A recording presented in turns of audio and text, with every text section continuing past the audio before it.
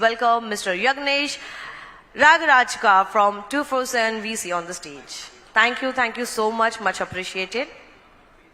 Now we are again moving towards the next panel discussion on the topic of the Future Ready India driving global investment, innovation and talent across emerging tech sectors. So I request and handing my mic to the moderator, Mr. Yagnesh Rajrajka, and let's begin with this panel discussion. Thank you so much. Over to you. Yes. Can I have two mics on the dais, please?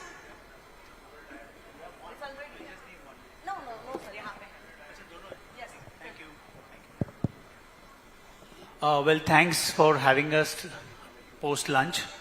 I hope we keep everyone awake for a decent amount of time. I don't know, for most cricket buffs, I think we just saw the match over. Pakistan just won the match to be qualifying. So I don't know how many cricket fans here, but we both were definitely following the match right now. Okay, so coming back to the panel, of course, since everyone is already introduced, I'll skip the time. We'll keep it very simple and probably keep some time for also question answers, interactions, and so on and so forth. So my first and foremost question, guys, and you guys can all take this, crack at it. The topic itself is pretty broad. I think we are looking at a promising future. Everything is said, so I'm not going to repeat it. What's your take individually in terms of what are we seeing in the next 10 to 20 years in terms of trends? And kindly keep your answers briefly to maybe 1 or 2 minutes so that we can cover more ground. Your top few themes that you think will emerge, because it's all about global themes that are panning out in India. So what, according to each of you, and then of course in the end I'll add some of my insights as well, but what are the top, let's say, 3 key themes that you think are going to emerge into India becoming a developed economy, hopefully by 2047? Ashutosh, you want to go ahead and then we'll work backwards. Sure. So as a VC fund based in the US and California, I can talk out loud that the top 3 trends, if I say, India, India and India. Because this is next, like people keep talking about like next 10 years is for India, but what we live this century is for us. And that's why the reverse migration is real. The talents are coming back. We are building from India to the world as well. And I'll talk about the talents very quickly, like the trends that is happening in the US. If you see, the CTOs used to be Indians back in the days. The product manager used to be Indian, but now the trend has shifted. The CEOs are becoming Indians. Indian origin I'm talking about.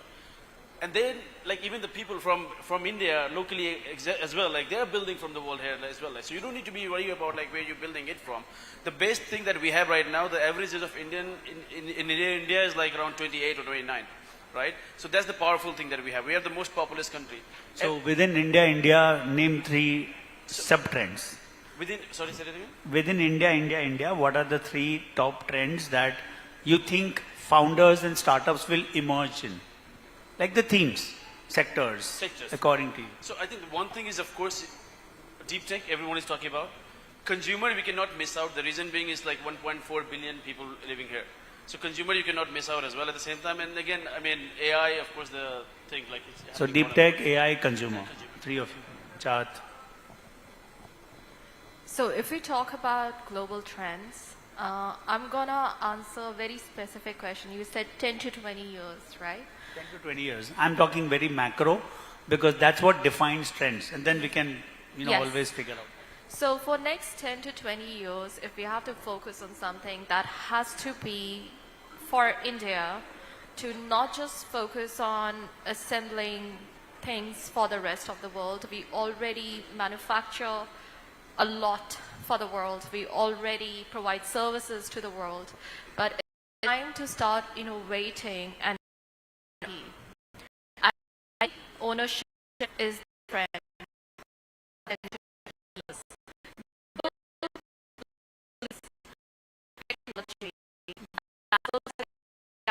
Not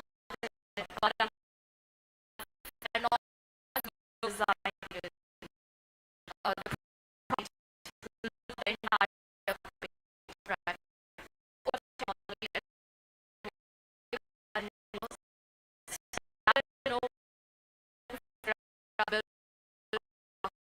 कोई भी करेगा.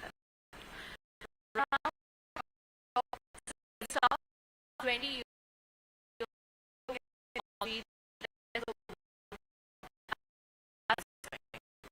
other trends is life sciences.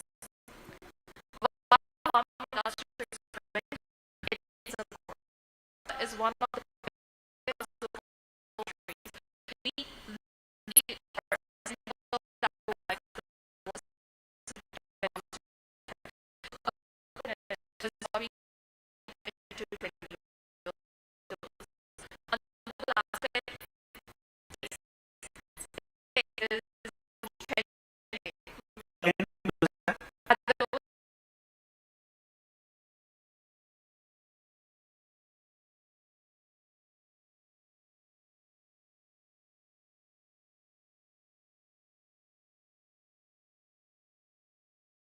that's what SpaceX is working on, right?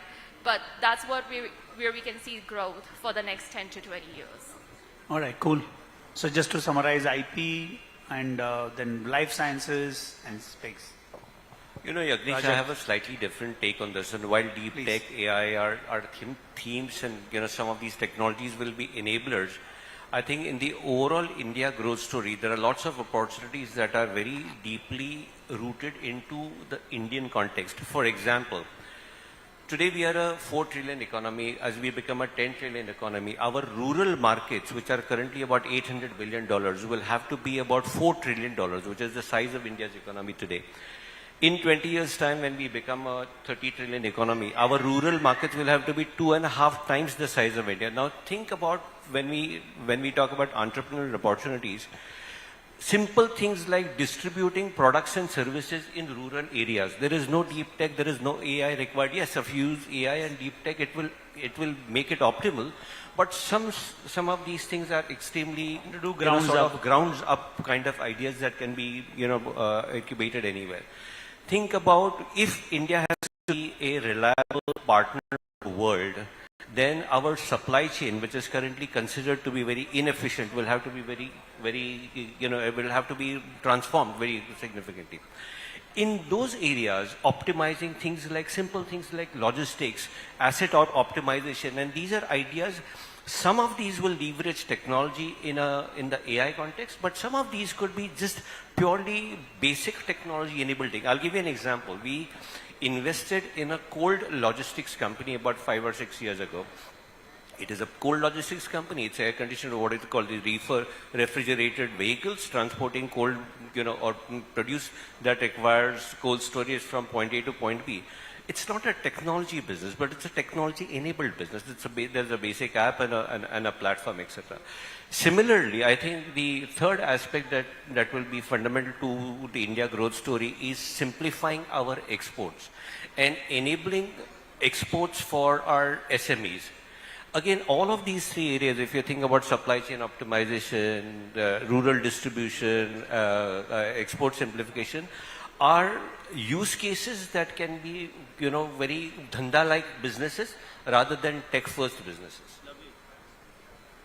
Yeah, so most of the things are covered by all three, but one thing which I feel will be very, very important is the agri aspect also, because with the evolving technologies and with satellites and space, there will be huge innovation in Indian agriculture also, and India being an agrarian economy, I think there is a huge potential, because that is one of the most untapped thing as of now, and huge potential with respect to increasing the productivity, and all those things are also there. So I think that is also one of the very big sectors which would come up in time. And also with respect to healthcare, with the kind of consolidation and everything happening in healthcare, the travel tourism in India, that would be a very, very big market, very, very big. I think as premiumization increases with the average income of the Indian household going up, I think travel tourism has much left to innovate. It's got a lot of room to innovate. So I agree. Agri definitely a large theme. So, that was the idea, to just recap some of the very obvious trends that India should focus on in the next 20 years. I'll quickly move on now to the next topic that I had in mind. I think to do all of this, we need a lot of talent, right? We need a lot of skilled, semi-skilled workforce. We do have a lot of unskilled workforce, but and skilled manpower is very limited to certain pockets. So how do you guys think about some of the talent related stuff, because that's at the heart of any startup. Beyond the founder, you need a lot of talent to build your venture, right? Because we all are investors. We understand how scalability comes in. Can't happen without talent. So I'll again start this time reverse from Shreyans and then to Ashutosh in the end. Shreyans, what's your take on talent? How do you really think about it? Most of them are founders here, so let's keep it very contextual. I think founders को talent के बारे में क्या करना चाहिए, and not to the cities but tier 2, tier 3, because we are in Nagpur. I think a lot of questions may be in audience's mind in terms of how do I build a rockstar team, how do I build a good sales team, how do I build a rockstar tech team. So any light on that would really be helpful. Shreyans, you. Yeah, so I built my startup from a tier 2 city called as Jaipur. Kota. Yeah. So I built my startup there. So initially there was a big challenge with respect to talent and all those things. But with time to go, we figured out that if we are doing well, our vision is good talent also, wants to join you. So that is very important thing. And in the emerging tech, I have 2 points here. One is from the tech point of view and one is from the skilling point of view. So with respect to tech, I feel ki today education from premier colleges is not that important, because technology has democratized it so well that even a 11th grader can build superlative apps and products. The other part is very difficult, which I am very concerning, is that we all want to do everything sitting at home. The toughest thing is to, how to generate sales, how to take your product to market, and thirdly, we are a 140 crore people. Everybody will not be, slaves of technology.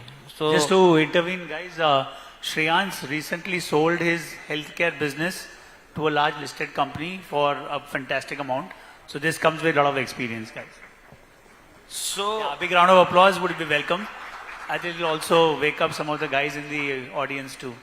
Right. So the third aspect is India is a 140 crore population, so everything cannot be done by technology. What I fear is कि जो skill वाला है ना, जो plumbing and the repairing and all those stuff, those skills are becoming quite extinct.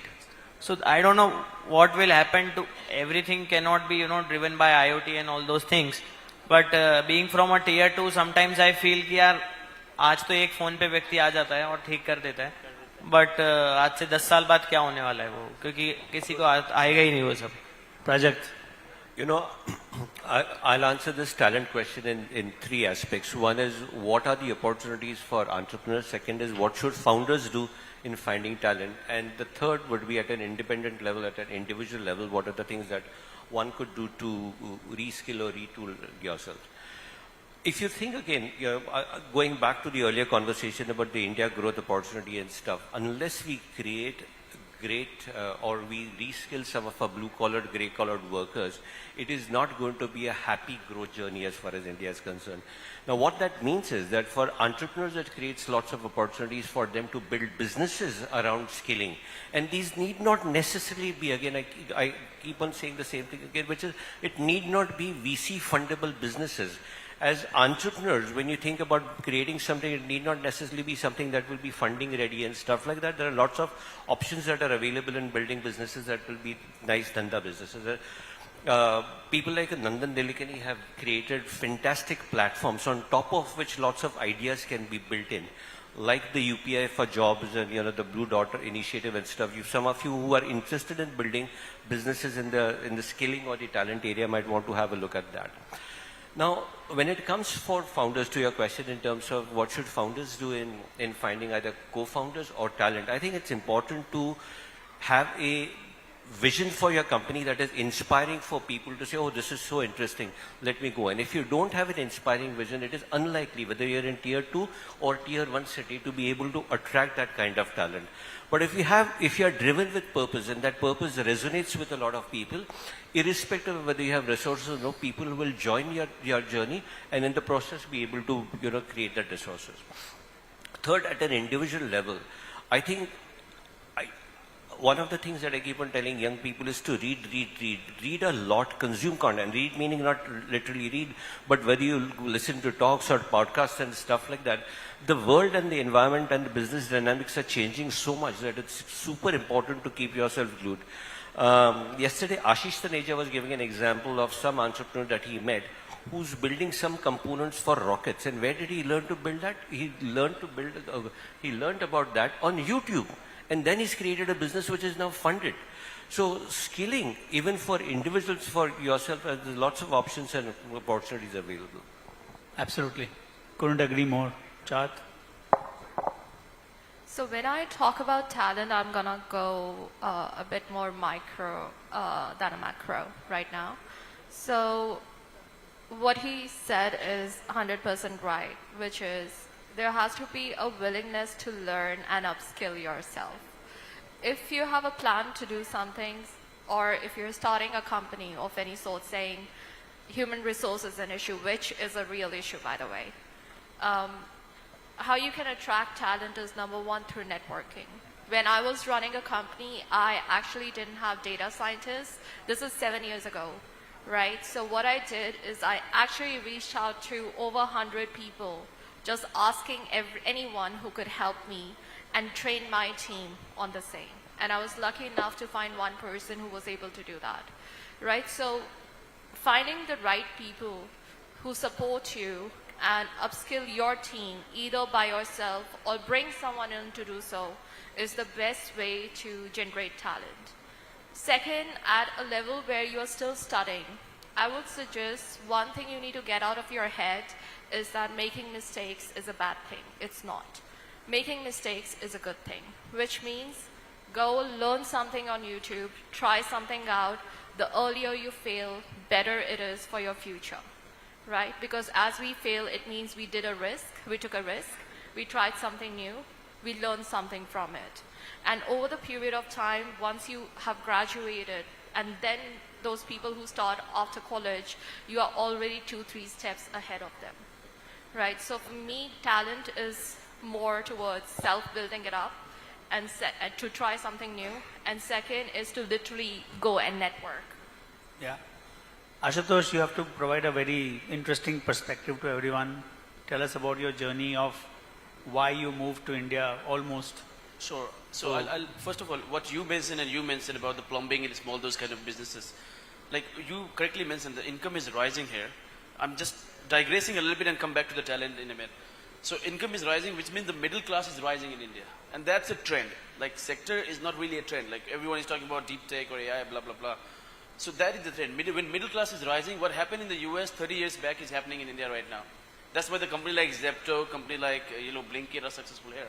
You cannot replicate that model in the US right now. So if you think something that the middle class can pay you because the willingness to pay is more, then you have a nice, like a place where you can like sneak in and build something out of it. Coming back to the talent, so I built the team of the venture team in the US, and now I'm building the same team in India as well since we launched our India dedicated fund. I think talent is like hiring and firing is an art. And as a founder, you need to be better learning that art sooner than later. Because bad people in the beginning can will not really help you build the companies. Yeah? The big problem that I see in India, we are great when it comes to engineering, when it comes to analytics and stuff. But we still need to adopt the work kind of like the way people work in the US. The reason being, what I'm saying, like a lot of micromanagement is involved in India. Like I've been facing this for the last couple of years. Like even though when I had a remote force in India, like literally every single time you need to handhold people. So you as a founder make sure when you are hire someone who can literally be you in the absence of you. So as an entrepreneur in the early stage, what you are building is not really a company. You're building people. If you build people, make sure that people will build the company gradually as well. So it's a very thoughtful thing. You need to make sure, like, give some couple of months time. It's like a dating before you finally decide that you're going to get married with someone. Because these people will last long for you and help you. So they're like horizon. I'll talk maybe in the next question if something pop up. Horizon 1, Horizon 2, and Horizon 3. Horizon 1, the people that you are hiring probably not be relevant in Horizon 3. And Horizon 3 is something where you go public as a company. So this is like entire very psychological driven process. So build people and let people build the company. Yeah, I think great points here, and I think we've covered the talent bit pretty much.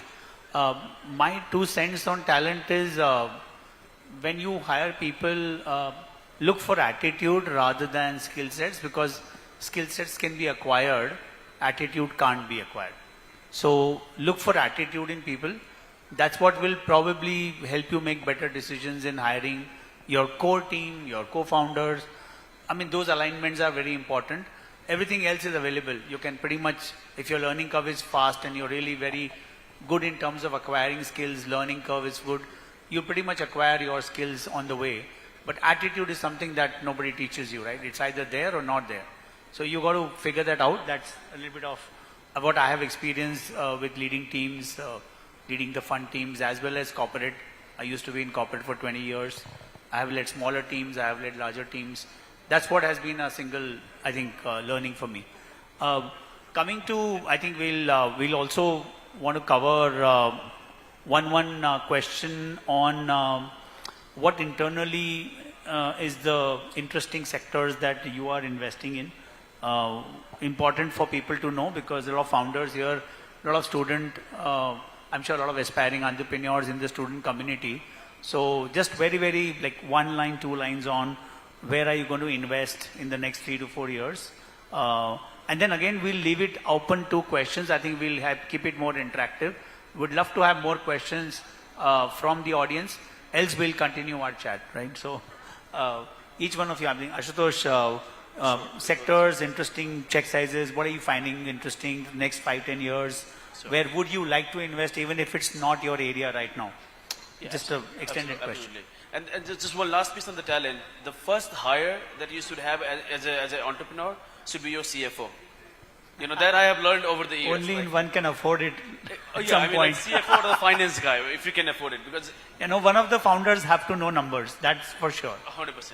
Okay. Anyways, coming back Go ahead. to so Expertuzo is a sector agnostic fund. We have invested in more than 300 companies globally, 31 plus companies in India already. So our check size is 100K first check, then we do follow on up to $1 million if the companies are growing at 200% year over year and stuff like that. So we have been always sector agnostic, but our approach is, when we say sector agnostic, we do picky when it comes to the domains as well.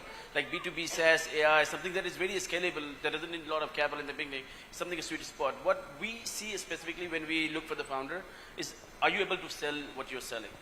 You know, what's your storytelling pace?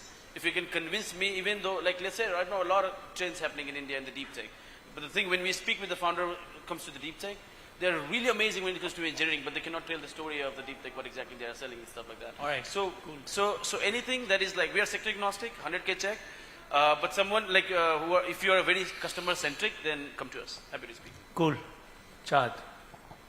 So April onwards, we'll be investing through the fund, through the trust, and the focus area are same as what I said before, which is life sciences, defense, space tech, and yeah, mostly I'm looking at anything after TRL 6, 7 is the sweet spot, and if you have any revenues and LOIs, that's even better.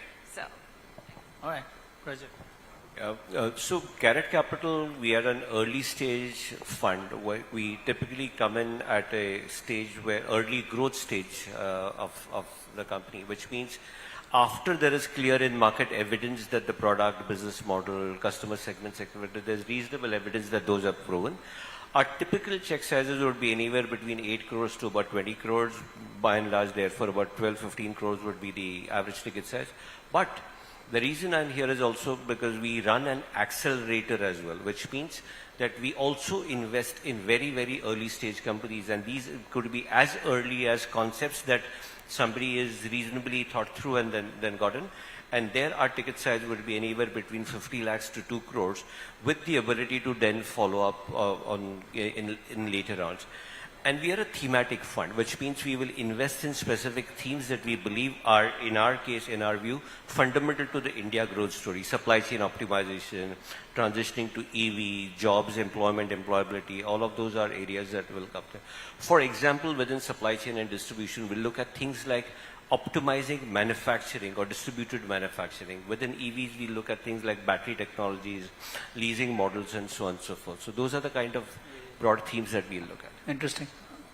Shreyans. So we at our family office basically invests in those domains where we feel that we can add a lot of value apart from capital, where we already have strong business expertise in, typically in healthcare, manufacturing of textiles, fashion, distribution, because these are the categories where in our family we have built close to 1,000 odd crore businesses. So that is where we feel that we can add maximum value. Apart from these three, we are also doing a lot of investments in fintech and proptech, an amalgamation of proptech and fintech, and in the agri space as well. And at 24/7, we typically look at seed checks of 500,000 onwards, and with a appetite for follow-on. We are a pretty tech-focused fund. We want to fund startups with as much scalable and technology-focused startups. And the areas are manufacturing, precision, enterprise tech, and deep tech for us. So those are there. And we also like consumer tech, by the way. So pretty spread out, but technology being at the forefront of our investment thesis. So that's about us. I think we'll leave it to the audience, and next 10-15 minutes, whatever we have left, let's have some questions, guys, from the audience. Can we have a bit of, some of the mics available? Anyone that wants to kind of get up and ask a question, can you please raise your hands? Anyone in the audience? Any questions for the panel? And if you have specific questions on a panel member, please call it out. And anyone from the back? Oh, we seem to have done a very bad job of the panel, looks like. No questions.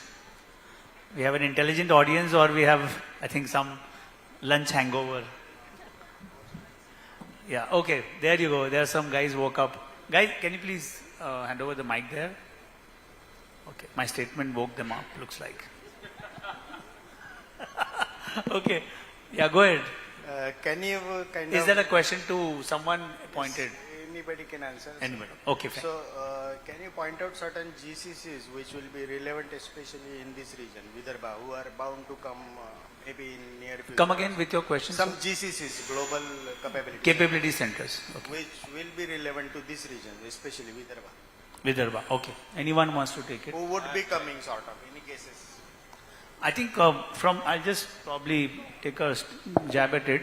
I think because Nagpur is so strategically located, I think a lot of GCCs should be coming around in the space of, I think, logistics supply chain. That's going to become very huge, given that it's a mineral focused, mining focused area, and very central to India. I think logistics, transportation, and of course manufacturing at the core.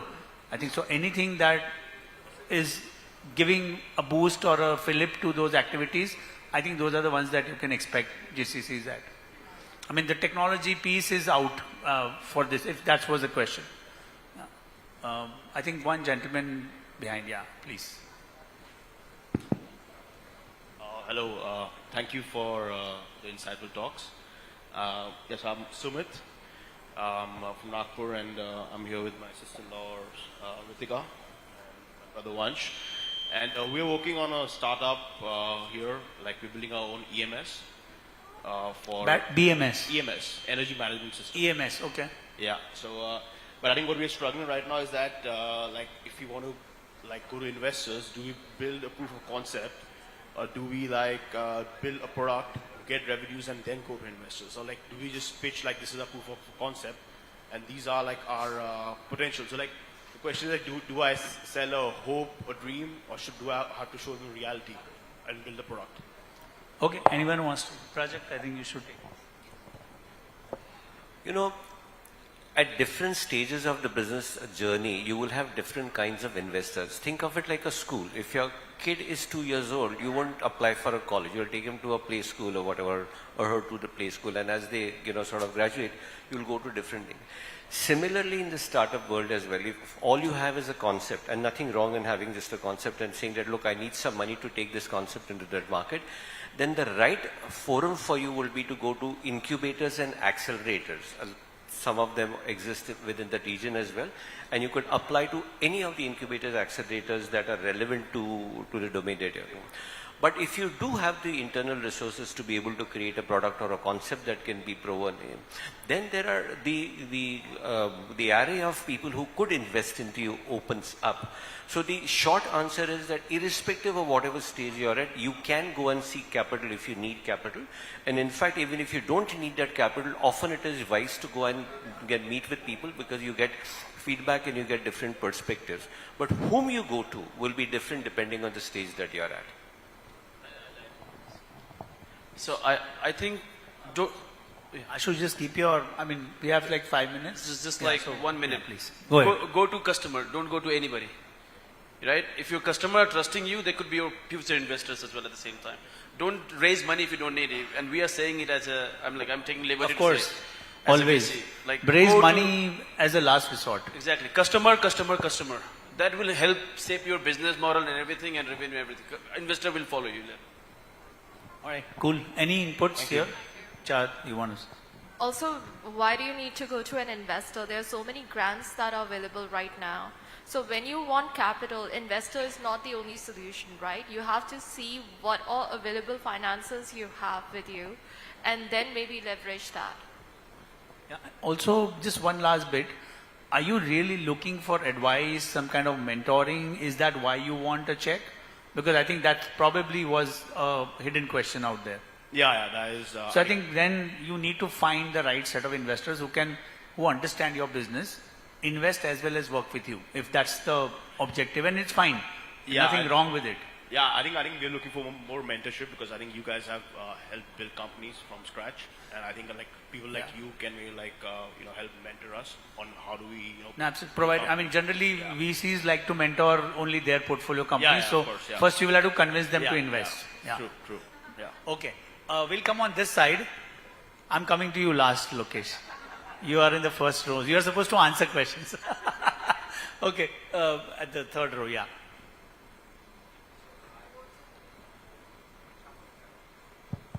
Hello. Yeah, go ahead. Yeah, hello everyone. Myself Ashwin Ranjit.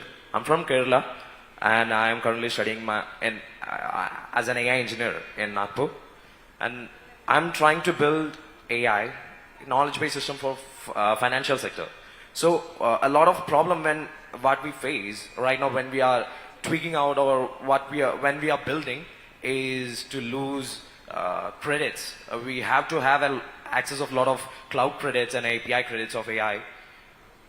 It's been a lot of tough times when we are going to churn a lot of money, and even if we don't have it, I have to convince my parents, saying just I'm buying some books, buying something for my education. I have to convince them saying this. So I'm asking out of curiosity, means if you guys provide any credit supports or some API supports regarding credits. That's all. You don't even need our support. Google provides free credits to students who are building anything in AI. You get free Gemini credits up to worth $350,000 US by just sending them an email. Explore that. Yeah, we have tried it. Means there's AWS and GCP there. We have tried it. We don't get much more than $100 credits, and these $100 churn up as fast as it can. You're talking about AWS, you're not talking about Gemini.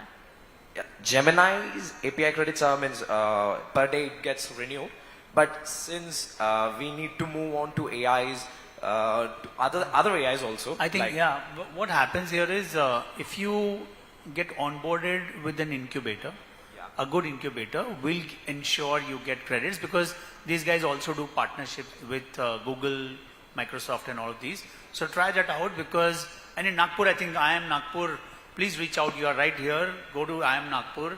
they'll ensure that you get credits. And I have go to academy.expertdozo.com. We have bunch of free resources, things that we have made it available for the extended community of Expert Dozo. It's academy.expertdozo.com. There are a bunch of resources that it might. Perfect. Thank you, sir. Thank you. Yeah. Don't waste the credits though. Okay. Okay, the last, the person in the green shirt. Hello. Myself Raghav. The question is for Mr. Prajak. So you mentioned there are like a lot of inefficiencies with respect to our supply chain, at least in our country. So I'd like to understand what are some of the broad challenges that you've noticed. From a customer perspective, we all see like delivery logistics like being really fast. So when you keep it like at that level, supply chain, it would be good to understand like what are some of the broader challenges. So if you read the reports, you'll see that our total spend on supply chain logistics or logistics is about 12, 13, 14%, depending on which report you read. Industry might dismiss that, and the global average is about 6 or 7%. So that's a huge gap that needs to be filled in things like, say for example, asset optimization, in terms of like, say for example, faster turnarounds, our the entire logistics sector, our warehousing sector, for example, even just simple things like discoverability of unused capacity. If you think of cold storages, for example, while on one hand we are underserved as far as cold storages are concerned, 80% of the cold storages don't have enough business because the discovery of those are and these could be very simple solutions that could be applied. I mean, if you look at the entire supply chain area, whether supply chain is not just about logistics, it's about planning, manufacturing, distribution. Across all of these areas, there are significant gaps available. If you think about rural distribution, for example, today, it is not that consumers or brands don't want to go on to service rural areas, but because the demand is so fragmented and small, it is not possible for independently for any brand or company to service that market cost effectively. So if somebody were to say, for example, aggregate all of that demand and therefore to be able to service that market, you will open up the markets differently. So when you think about inefficiencies, it can be seen from various different lenses, and the job of an entrepreneur is to be able to identify problems or opportunities in which you can build a solution around, tech or otherwise. I'll let Lokesh ask a question because we want to do a couple of deals with Eximius. So I'm going to give him a chance of asking a question. Okay, go ahead, Lokesh. Thank you so much. So question is that, India's growth story has been largely a growth story of its IT industry in terms of contribution, and they largely benefited from, the large number of workforce available in a very cheaper way. But with the dominance and emergence of AI, right now we are seeing, especially in the Western world, Europe and America, small teams of 30 to 50 people are highly skilled workforce, generally which is present in these countries, are creating billion-dollar unicorns, companies, decacorns, and such like, for example, Cursor. And they are disrupting the entire IT market in a what's the big question? way. What's the question? Yeah, question is like, how do you see the future of IT industry, as well as how do you see Indian startups bringing this kind of disruption into the likes of TCS and Infosys, and not just disruption, a lot of destruction to these companies?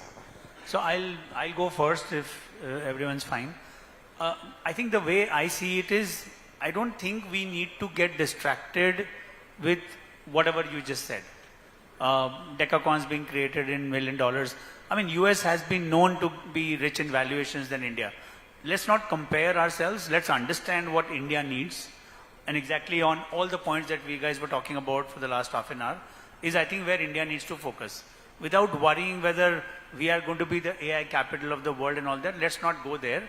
What India needs is very different than what US needs.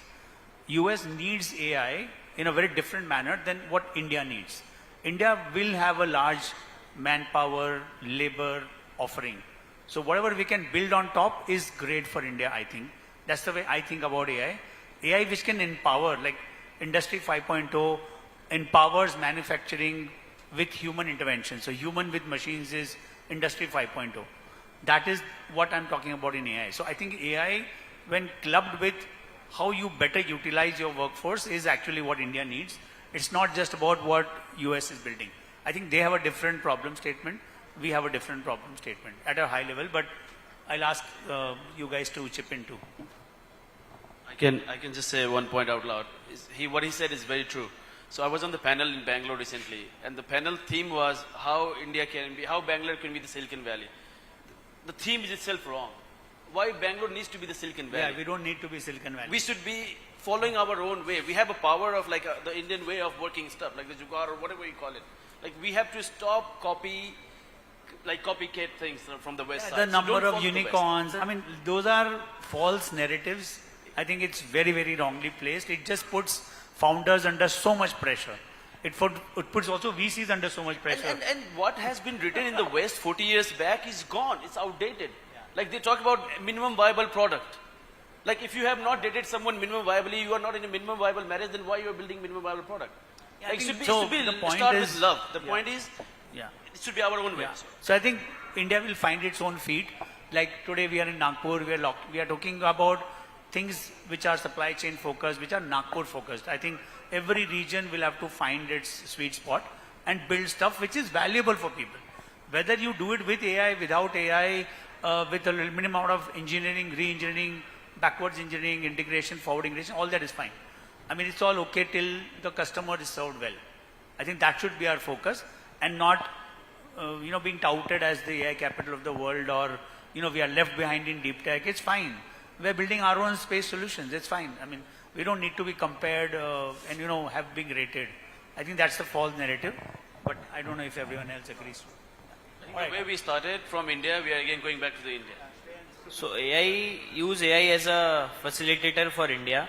बाकी तो देखो AI हो नहीं हो, रोटी कपड़ा मकान तो सबको ही चाहिए.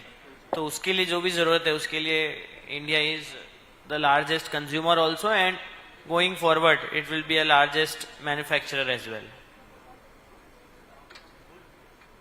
I think, we've run out of questions as well, so might as well give the next panel the chance to start. Oh, there's one more? Okay, go in the end. Good, guys, we've woken the entire house up. Can we have a live cheer for all of us? Like we really brought the house live up. Okay, this is lighter wind. Yeah, please. Hello everyone, and it was a really engaging session till now. My question is, global capital is available for the startup sector, and they are being very selective. What kind of a structural reforms should happen in India so that we not only become a follower but a leader in startup tech when it comes to financing? That's my question. Thank you. Well, I'll again kind of take a very 2-minute answer, and then everyone else can chip in depending upon the time we have. But I think it's again a question of India is attracting a lot of capital and also in technology. So I think that is also happening. It's just about, there are some global, obviously overhangs that we have, and there's something that in sentiment kind of also plays in. But I think there are no cause of worry. There is enough VCs out here. There's enough capital. I don't know if you know, we were talking about early in the morning, RDI funds, CDB funds, all of them, the government is allocating capital like never before. And these are being distributed down to founders and startups through various modes, through universities, academia, fund of funds, through funds like us. So I think the capital is coming at a very fast pace. I think it's upon founders now to build world-class companies to be able to get that capital. I think that, to me, is the problem and not the otherwise. Thank you. Anybody else? And when startup scene was just maturing in India, a lot of global capitals were also skeptic of how exits will be done in India. But with the current IPOs being happening, I think that question which they have is also answered to quite an extent. So I feel a lot of global capital, with whatever has happened in last 3 to 4 years with the super successful IPOs, that they will invest back and invest more and more in Indian startups. Thank you. One of the themes that I keep on repeating is that I think we need to redefine the word, what we mean by entrepreneurship. today entrepreneurship is defined very narrowly as VC fundable companies with our technology enabled, innovation led, etc. And yes, of course, but that's one vector of entrepreneurship.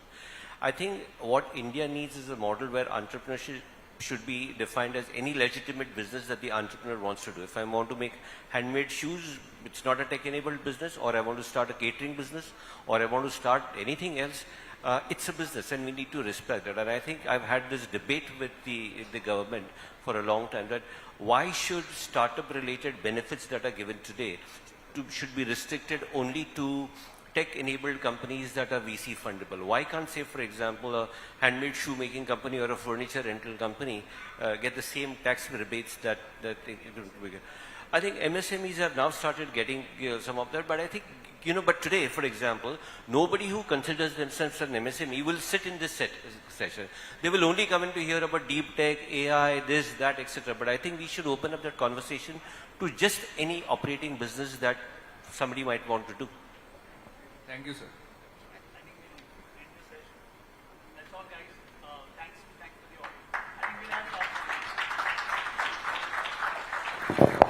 audience. Please have a seat. Thank you so much. That's such a point-to-point discussion it was. Well, to all the entrepreneurs, students, the faculty members, I would love to say कि इसके बाद भी एक काफ़ी interesting topic के ऊपर panel discussion होने वाला है. सो मैं चाहूँगी कि आप सभी यही बैठे रहो. But thank to all the esteemed panel dignitaries for sharing their valuable insights and their experience during this today's session.